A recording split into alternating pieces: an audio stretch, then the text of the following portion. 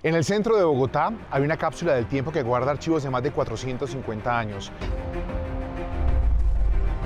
Folio 716, el documento más antiguo. ¿Estamos hablando de qué año?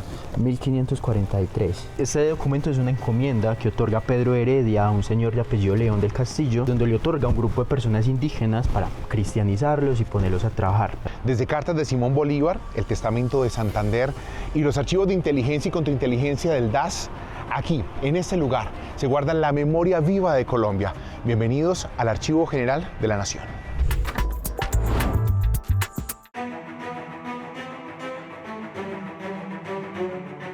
Los ecos del pasado retumban precisamente en este Archivo General de la Nación.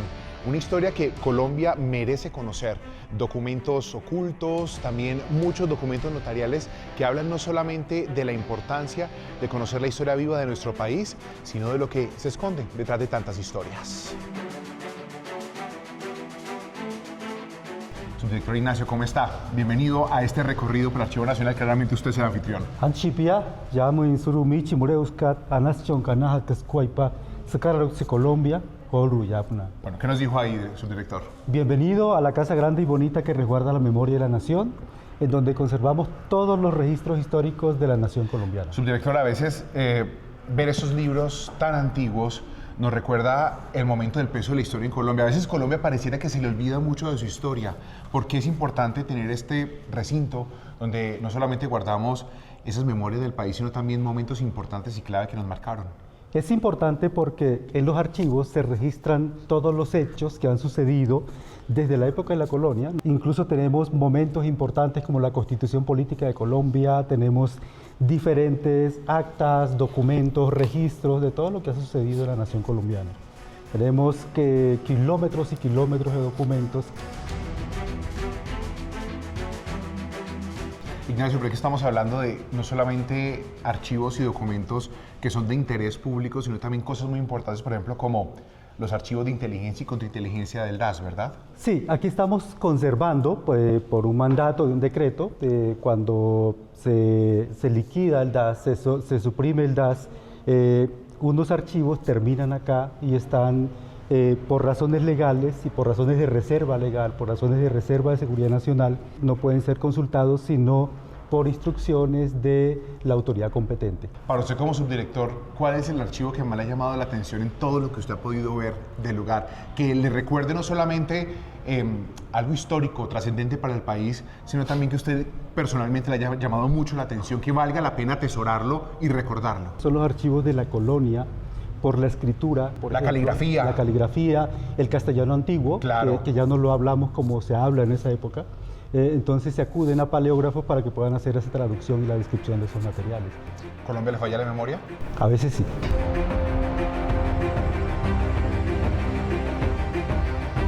Con guantes y usted con batola necesarios para poder conservar todos estos documentos intactos de la historia del país. Hay algo muy importante y es hablar un poco de la historia de este archivo. Felipe, bienvenido. Cuéntenos qué tenemos acá y por qué hay un valor importantísimo, no solamente por ser documentos que guardan la historia del país, sino también por el legado que esto deja. Para empezar, yo creo que es importante decir que todo lo que guardamos acá es patrimonio de la nación, entonces igual de importante, ¿sí? Sin embargo, acá he hecho una selección de algunos documentos que tenemos en bóveda. No es porque sean más importantes, solo es porque tienen algunas características que estéticamente pueden ser más llamativas para ciertas personas. Tenemos millones de documentos de todas partes del país, de cualquier tema que se les ocurra, sobre los pueblos indígenas, sobre los pueblos afro, sobre el montón de guerras que hemos tenido. Tenemos mapas de todo el territorio nacional, tenemos partituras de canciones, acuarelas, fotos, grabados. Hay infinidad de cosas acá por descubrir en el Archivo General. Felipe, estamos hablando de un poco más de 460 años de historia, pero ahorita me llamaba algo mucho la atención y es este mapa que tenemos acá. A ti te gusta mucho porque es muy visual, venga, lo abrimos para que lo podamos ver. Y es un mapa ¿de qué año? Es del siglo XVIII, no sabemos el año exacto. O sea, 1700, de los años 1700, 1700. como dice la. Bueno, aquí estamos viendo un mapa de la antigua ciudad de Santa Marta. Háblanos un poco de la historia de ese mapa. Pues para empezar, Santa Marta es la ciudad aún de pie, la ciudad hispánica más vieja de nuestro país. Para la colonia, principalmente la colonia media, las tintas eran muy escasas de conseguir. Que en los 1700 se haya conseguido tanto de esta tinta como azul verdosa para pintar todo este mapa es impresionante. Y que después de casi 300 años todavía se conserve esta tinta, nos dice mucho de la calidad. Algo que me llama mucho la atención es la caligrafía también, ¿no? Lo que estábamos hablando ahora es no solamente el proceso que en su momento se hizo para poder cartografiar una ciudad, sino también para poder tener en cuenta cuáles eran los detalles. ¿Por qué este mapa, que tiene un poco más de 250 años, Sí. es tan importante para el archivo, y no solamente para el archivo, sino para nuestro país? Pues acá podemos hablar de muchas cosas, de la ubicación de los puertos, del crecimiento de la ciudad, que pues acá nos lo muestra muy chiquitico, y hoy en día Santa Marta es toda esta bahía. La letra es algo muy chévere que mencionas, esa letra es humanística, hay diferentes tipos de letras en la colonia, esta es la más tardía. ¿Era alguien especializado quien escribía? Porque pues no creo Sí, que... sí, un escribano. Un escribano. Un escribano. Un escribano. El castellano ha cambiado muchísimo en estos casi 5 siglos de historia hispánica en nuestro continente. Por ejemplo, acá explicación está escrito con S, ¿sí? Hoy en día lo escribiríamos con X. Y no es que tenga mala ortografía, Era el momento como se hablaba. La ortografía del momento, total. Hay un olor particular.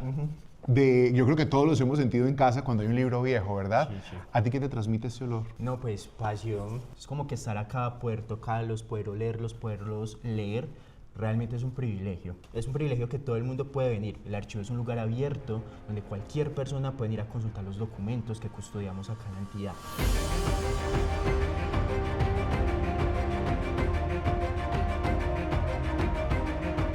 A muchos colombianos nos gusta recordar un poco de lo que ha pasado en nuestro país, y yo creo que algo importante y trascendental son las constituciones. Estamos hablando de la Carta Fundamental, de la Constitución de 1821, 1830, 1863, y la que finalmente se firma y es la actual, la vigente, la de 1991. Por eso tiene algo especial, porque es importante poder ver esta hoja en blanco acá, con el nombre de Misael Pastrana. Esta es una versión de la Constitución de 1991 que tiene la firma o un mensaje de cada uno de los constituyentes que participaron.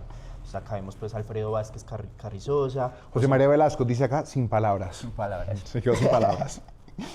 Pero entonces, acá con Misael Pastrana Borrero se dejó el espacio en blanco. En el momento en el que se hizo esta versión de la Constitución, ya Misael había fallecido. Entonces, como acto simbólico, se dejó acá El espacio en blanco.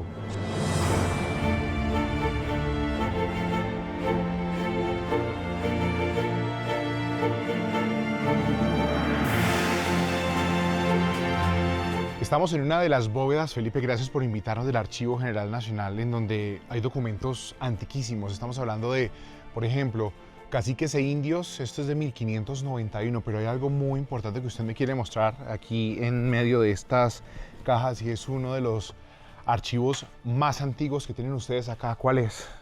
Vale, está en el tomo 6 del fondo que has mencionado, Caciques e Indios. Este fondo es uno de nuestros fondos más consentidos, pues sabemos la importancia que tiene para los grupos indígenas de nuestro país este fondo. Claro, porque es importante. Venga, lo abrimos con toda cautela y cuidado. Dale tú allá también. El olor, ¿no? Es que es un olor muy particular. Sí. Que tiene, si ustedes pudiesen estar acá, de verdad sentirían que aquí hay peso de historia por el olor, el solo olor. Caciques e Indios de 1543. En este tomo hay muchos documentos de diferentes fechas, de diferentes lugares, de diferentes escribanos y demás.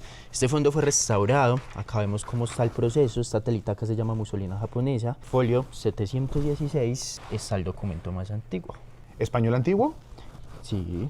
Ustedes no se logran imaginar la sensación de cuidado, y no solamente de cuidado, sino también de completa devoción que tienen ellos, y que estoy teniendo en ese momento yo, para no dañar esos documentos tan antiguos que hacen parte de la historia viva de nuestro país. Este documento es una encomienda que otorga Pedro Heredia a un señor de apellido León del Castillo, donde le otorga a un grupo de personas indígenas para cristianizarlos y ponerlos a trabajar. Las encomiendas era el sistema de control o incluso de sometimiento que tenía la corona española para los pueblos originarios de nuestro continente. Yo sí no entiendo nada, explícame, porque para mí esto es inelegible. Pero ¿qué dice acá? A ver, tú que puedes leerlo, dime qué dice acá. Mira, esto es una E. Este garabato es una E. Es una E, ok. En la ciudad con de... C cedilla. Sí, En de Cartagena. Ajá, bien. Esto es uno B. 20. 20, ajá, ok, es que está escrito con... Mire, este 20 está escrito con V, pero tiene una Y, ¿verdad? 20, ok. Hay algo que hacemos los historiadores que se llama la paleografía. La paleografía es la lectura de estos documentos antiguos. Realmente, entrenar el ojo. Entrenar el ojo. ¿verdad? Y las abreviaturas. Acá no vemos, pero A ver, en la colonia muy poquitas personas sabían leer y escribir, ¿cierto? Aún así, leer y escribir era un asunto de mortales. Es decir, la gente de la realeza española, los duques, los marqueses, los gobernadores, los virreyes, los de alta alcurnia, Ajá. no solían escribir, lo hacía un escribano. Y lo hacía a la medida que la persona iba hablando. Un gobernador iba hablando y el escribano iba escribiendo. Eso hace que se tengan que acortar mucho las palabras, se llaman abreviaturas. ¿Era un dictado? Un poco. Sí, entonces como que las abreviaturas son muy comunes y son claves para descifrar estos documentos. Las tildes, las comas, los puntos, todo iba en un orden totalmente diferente. Entonces cuando uno lee los documentos históricos, uno tiene o debe repensarse lo que le enseñaron en el colegio sobre el castellano. Acá las ortografías van en un orden totalmente diferente, las estructuras. ¿Qué sentido? Sí, el respeto. Por ejemplo, cuando se le escribía una carta al rey, se le debían de decir todos los títulos. Por ejemplo, Su Majestad. Don Carlos, por la gracia de Dios, rey de Castilla, de Aragón, de Córcega, de Cerdeña, de las dos Sicilias, de Navarra, de Barcelona. Y después, más o menos, ya acá después de la mitad del documento, decía lo que le iban a decir. Entonces es una sociedad... La mitad del documento estaba con todos Con los sus títulos. títulos nobiliarios y todo eso. Es una sociedad muy de las formas, de Claro. mantener el respeto.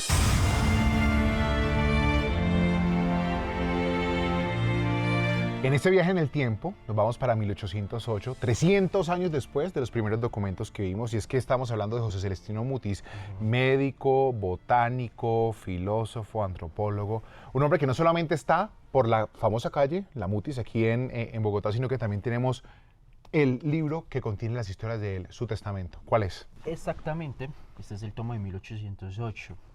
Hay varios testamentos, varias escrituras acá. Ok. Ahí dice a quién le deja qué propiedades, qué dineros. Sí, es de 1808. Acá todavía está el sello de la corona. Acá estamos a puertas de independizarnos. Acá está el sello de Carlos IV. Todavía es un documento que pertenecía a la corona castellana. Claro.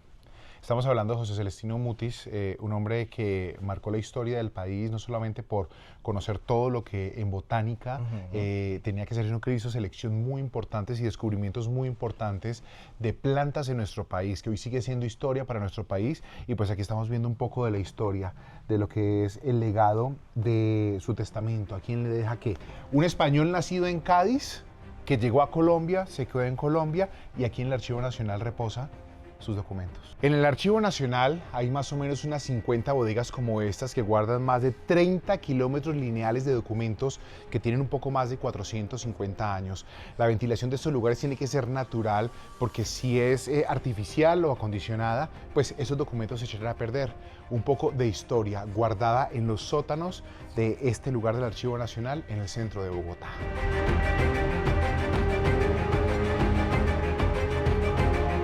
Oiga, Felipe, a mí me llama mucho la atención cuál es el perfil de las personas que trabajan aquí en el archivo. Usted ya me dijo que es historiador, pero ¿quiénes trabajan acá? ¿Cuál es el perfil? Porque pues, me genera curiosidad aquí quién pueda laborar en medio de todos estos documentos. No, pues acá hay diferentes profesionales. Efectivamente, habemos varios historiadores, hay archivistas, hay una licenciada en ciencias sociales, hay administradores, hay abogados. Bueno, llegamos a lo que usted me prometió y es a la mapoteca. Sí. Aquí estamos viendo un mapa de 1700 de nuestra tierra, donde yo vi la luz. Vea, aquí está Cali, Santiago de Cali en su momento, pero eso es un mapa que da toda la cartografía del río Cauca. Hablemos un poquito de ese mapa. Vale, ese mapa es uno de mis mapas favoritos, es grande, nos muestra buena parte del trayecto del río Cauca. Llega como hasta el sur de lo que hoy es el departamento de Antioquia y se ven varias poblaciones. Usted ya manifestó pues que está Cali, está Boga. Aquí vemos todo lo que es el Valle del Cauca, la cordillera central, la cordillera occidental, el río Cauca. Sí. Los mapas coloniales son aproximaciones del territorio. Sí. Hoy en día cuando pensamos en mapas, pensamos un poco en Google Maps, ¿cierto? Sí. Y nos dice exactamente dónde están las calles, dónde está una distancia una de la otra. Los mapas coloniales, debido al conocimiento que se tenía de este continente, son aproximaciones. Muchas veces se representa con una casita, con una iglesia, donde había una población. O sea, no nos dice con exactitud cuántas casas habían o cuál era la dimensión de una población. Recordemos pues que los conocimientos en cartografía, del momento, exactamente. Y el conocimiento de este territorio. Para los castellanos, venir a este continente tan lleno de montañas, tan llenos de ríos, tan llenos de selva, era impresionante. Colombia, a lo largo de los años ha perdido mucho territorio. Ahorita recientemente estamos hablando de la isla de Santa Rosa, que sí, que no, que con Perú. Pero por ejemplo estamos hablando de Panamá. Perdimos un territorio con Panamá, hemos perdido territorio, pero también estamos hablando de linderos ya de casitas de la gente que viene a buscar para saber qué le correspondía a qué. ¿Por qué es tan importante precisamente hablar en este archivo de lo que significa tener conciencia y memoria de nuestra geografía para no perder esos territorios? En nuestro país el asunto de la tierra siempre ha estado en el meollo de las disputas, ¿sí? Tener claros esos documentos, los documentos escritos que tienen que ver con tierras, con baldíos, con restitución, o estos mapas que nos pueden mostrar los territorios, cómo estaban divididos, cómo se hacía el amojonamiento, la división de linderos y demás, son claves para que nuestro territorio algún día salga como de este círculo interminable de disputa del territorio.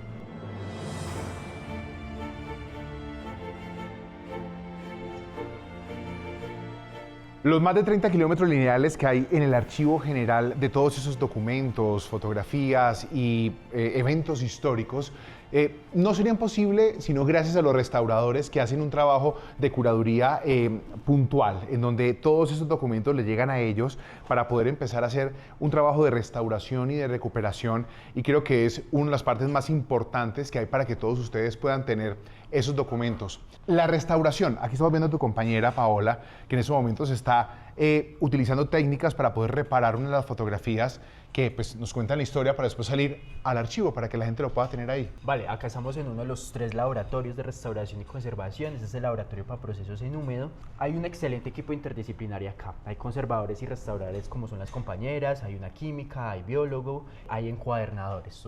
Todos ellos son un excelente equipo y gracias a ellos constantemente se está restaurando el patrimonio documental del país. Acá la compañera tiene unas fotografías de un fondo que se llama Juan de Dios Romero, que está haciendo la compañera es la limpieza, uno de los primeros pasos de restauración, para en determinado momento, después de todo el proceso, estar disponible a la consulta de todos los usuarios. Bueno, lo que muchos no conocen es que, por ejemplo, el trabajo de Paola es tan importante como el tuyo como historiador, porque lo que hacen en este momento es poder restaurar todas estas piezas históricas. Aquí vemos una fotografía, ella está, le estamos interrumpiendo, Paola, que pueda con usted, pero aquí está ya en este momento haciendo la recuperación de esta fotografía que nos cuenta un poco de esa historia. No solamente tenemos archivos escritos muy antiguos, muy viejos, sino que también tenemos registro fotográfico, ¿verdad? Un archivo es casi cualquier cosa que nos arroje información sobre algo. Los archivos pueden ser fotografías, pueden ser planos, pueden ser mapas, pueden ser partituras de canciones, incluso en nuestros tiempos modernos un meme puede ser un archivo, ¿sí? Entonces en algunos años posiblemente podemos guardar memes de esos que salen en redes sociales acá. En este caso tenemos este fondo Juan de Dios Romero, que no solo tiene fotografías, sino que también tiene periódicos y muchos recortes de Sindicalista. prensa. Sindicalista, obrero, socialista, líder campesino y agrario de nuestro país de la primera mitad del siglo XX.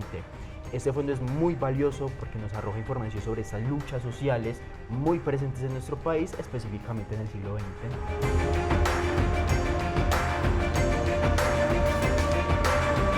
Recorrer estos archivos es hablar no solamente de la memoria histórica de Colombia, un poco más de 460 años de documentos, fotografías, de un legado que representa a los colombianos, el pasado, el presente y el futuro.